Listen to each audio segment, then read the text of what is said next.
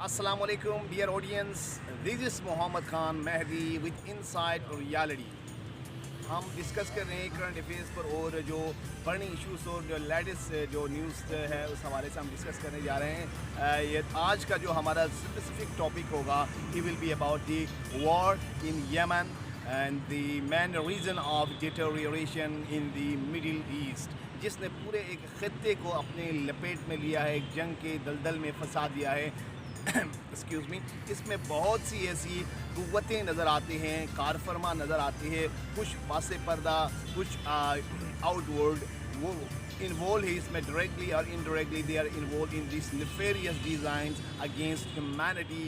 The way humanity is being crushed is really agonizing for the humanistic world. तो अगर हम इसके ऊपर एक जायज़ा लेना हम चाहेंगे कि कैसे ये वॉर हुई और क्या सूरत हाल है यमन में, और वहाँ पर ह्यूमैनिटेरियन जो क्राइसिस है ये it's increasing, it's mounting day by day, तो इसको किस तरह से कर्व किया जा सकता है और मुस्लिम उम्मा का क्या रोल रहा है। जो बज़ाहिर तो बड़े बड़े दावे करते हैं हम as being a Muslim we should have taken drastic step to remove, to eradicate such sort of menace. Rather, we are fueling, to such issues, and it has reached to such extent that it seems very difficult to retrieve, regain the very position. तो हम इसके बारे में discuss करेंगे कि ये किसके साथ जंग है। तो मैं आपको बैकग्राउंड में थोड़ा सा ले जाऊँगा कि 2014 में जब सऊदी लेड कोलिशन जिसको हम सऊदी इत्तेहाद कहते हैं,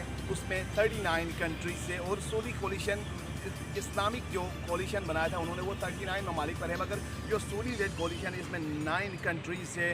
उसमें अगर मैं बात कर लूँ तो ये कंट्रीज़ है कोलिशन वो वेस्ट एशिया से नॉर्थ अफ्रीका तक की कंट्री इसमें शामिल होता है, और वो एक फ़ौजी इत्तेहाद बनाते हैं जिसके तहत यमन के ऊपर चढ़ाई कर देती है।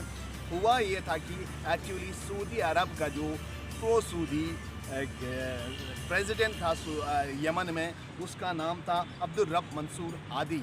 जब अरब स्प्रिंग जो अरब में एक लहर आई स्प्रिंग की और बहुत सारे उनकी डिक्टेटर्स मोनार्कीज़ को वहाँ पर डाउनफॉल का सामना करना पड़ा, इसकी लहर यमन तक भी आ जाते हैं, वहाँ पर भी अवाम की एक कसीर तादाद सड़कों पर आ जाते हैं। उसकी इकोनॉमिक डिस्ट्रेस, उनकी डिविंडलिंग जो एजुकेशन था, डिटोरियोरेटिंग हेल्थ कंडीशन थी, इसके ख़िलाफ़ वो आवाज़ उठाते कि उनके लिए एक यकसां और एक बैलेंस लाइफ की ज़रूरत है। और जो डिक्टेटरशिप खुसूसन जो अरब में हमने डिक्टेटरशिप और मोनार्कीज़ देखे हैं, वो अपनी ख़ानदानी जो पॉलिटिक्स की बका के लिए आवाम की हुकूक़ के ऊपर ढाका डालते थे, समझौता करते थे। आज भी अगर आप देखें तो वहाँ पर आवाम के लिए कोई फ्रीडम नहीं है। Their rights are curbed. They are restricted within four walls. Their freedom of speech has been have been snatched. तो इन तरह की चीज़ों से आवाम के अंदर के गुस्सा था वो ट्यूनीशिया से निकलते हैं और जो पूरे मिडिल ईस्ट को इंगल्फ कर लेते हैं, इसमें यमन भी शामिल है। वहाँ पर आवाम ने बहुत ह्यूज प्रोटेस्ट किया, और जो हौथी से वहाँ पर एक मूवमेंट है अंसारुल्लाह, उन्होंने वहाँ की मंसूर हादी की हुकूमत को ओवरथ्रो करते हैं, उसको गिरा देते हैं। तो वो सऊदी अरब के लिए मंसूर हादी एक अपील करते हैं अपनी, क्योंकि वो प्रो सऊदी अरबिया और प्रो वेस्ट प्रो इज़राइल था, तो उन्होंने उसको बुलाने के लिए आवाज़ देती है। और वहाँ पर अरब कोलिशन सऊदी अरब के इत्तेहाद में आकर उन पर चढ़ाई कर देते हैं और तारीख़ी भयानक बमबारी करते हैं। Wedding ceremonies, hospital, school, even जो पब्लिक प्लेस है उनको भी न छोड़ा गया। और मेरे पास कुछ दिल दहला देने वाले कुछ फैक्ट्स एंड फिगर्स है, वो भी मैं आपके साथ शेयर करता जाऊंगा, और उम्मत मुस्लिमा का जो रोल रहा वो भी मैं शेयर कर लूँगा। इससे पहले हमारे ऑडियंस से गुजारिश है कि आप हमारे चैनल को सब्सक्राइब कर लें ताकि आप आने वाले ख़बरों से आप अपडेटेड रहें और इसको शेयर भी कर लें।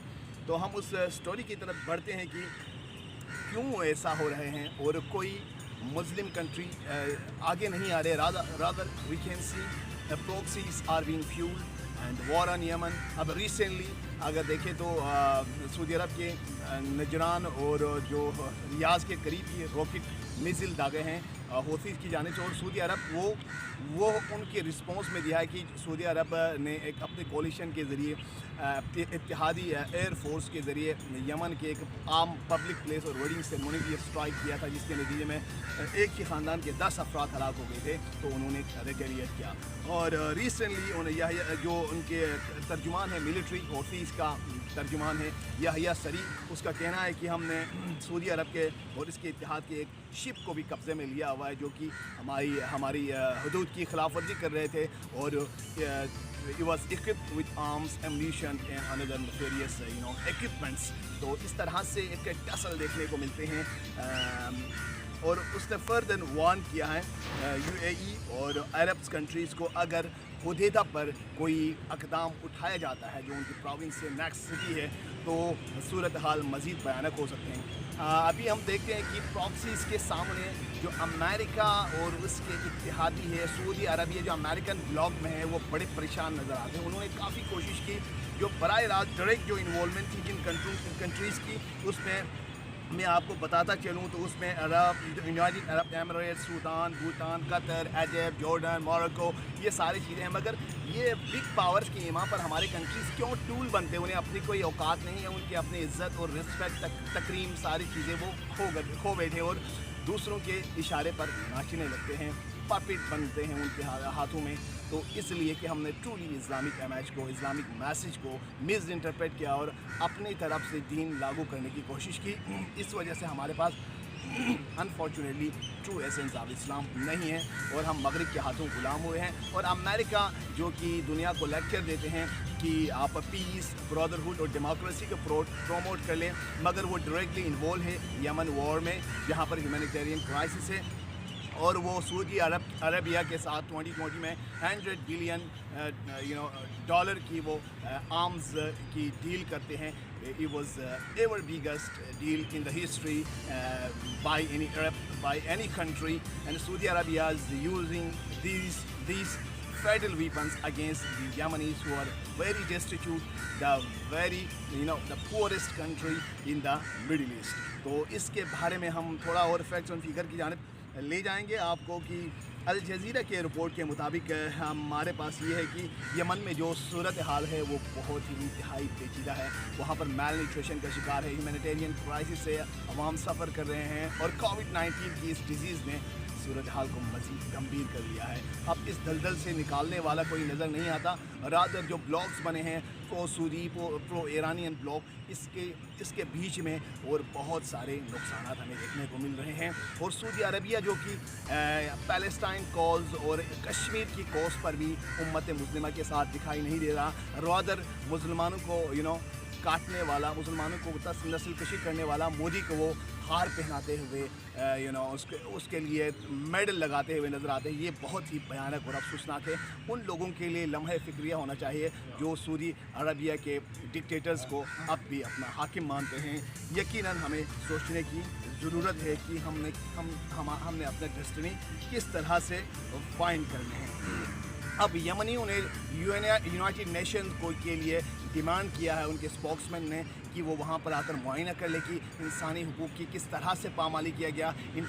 एमनेस्टी इंटरनेशनल का जो रोल है वो आकर यहाँ पर अदा कर ले। अगर उनके किसी डेवलप कंट्रीज़ में कोई थोड़ा सा भी कोई शीशे का कोई बॉटल टूट जाता है तो वो बड़े चीखों पुकार करते हैं, मगर यहाँ पर एक जनरेशन को जेनोसाइड किया जा रहा है तो मगर आवाज़ उठाने वाला कोई नज़र नहीं आता।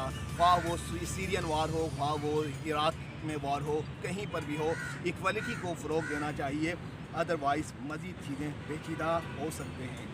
अब मैं आपको कुछ और फैक्ट्स और फिगर की तरफ ले जाऊंगा जो कि निहायत यूनिसेफ की रिपोर्ट मेरे पास है। मैं आपको यमन में जो ह्यूमैनिटेरियन क्राइसिस है वो कैसा है वो बताऊंगा। यमन में जो यूनिसेफ बताते कि वहाँ पर बड़ा ट्रेजिक सीन है, दिल दहला देने वाली। तो उसमें क्या है, सबसे पहले 4 मेजर थ्रेट्स की तरफ उन्होंने इशारा किया है। There lie 4 major threats rising in Yemen. First of all, protracted conflict जो टसल चली आ रहा है वो हमेशा से अभी 5-6 सालों से जारी है, मगर यमनियों ने काफ़ी इस्तकामत का मुजाहरा किया है। वो पीछे आने की बजाय वो आगे बढ़ रहे हैं। इवन कि सऊदी अरब के नजरान और दूसरे एयर बेस तक में उन्होंने हमला किया, तो उनके सोचने की ज़रूरत है। अमेरिकन एयर डिफेंस वहाँ पर क्लैप्स कर गए, जो anti patriot ballistic missile system था, और उसको वो इंटरसेप्ट करके उससे बच के चले जाते हैं। और उनकी जो आरामको ऑयल फैसिलिटीज़ पे जिसमें उन्होंने 2020 में वहाँ पर दागा, और खरबों की तादाद में वहाँ उनको नुकसान देखना पड़ा। अब सऊदी अरब और उसके ब्लॉक पीछे हटते नज़र आते हैं। रादर वो कभी रिकन्सिलिएशन की बात करते हैं। अभी उनके अंदर भी जो कोलिएशन थे, कतर हो गया, दूसरे कंट्रीज़ हो गया, उन्होंने भी सऊदी अरब से बरहमी का इजहार किया है। सऊदी अरब की अगर हम ये बात डिस्कस कर लूँ कि वहाँ पर फहाशी के अड्डे खुलने लगे हैं, नाच गाने क्लब्स उन्होंने मक्का और मदीना के इर्द गिर्द में, जहाँ हुजूर सल्लल्लाहु अलैहि वसल्लम कभी तबलीग किया करते थे और इस्लाम का हब समझा जाता था, अभी उसको फहाशी का अड्डा बनाने जा रहे हैं।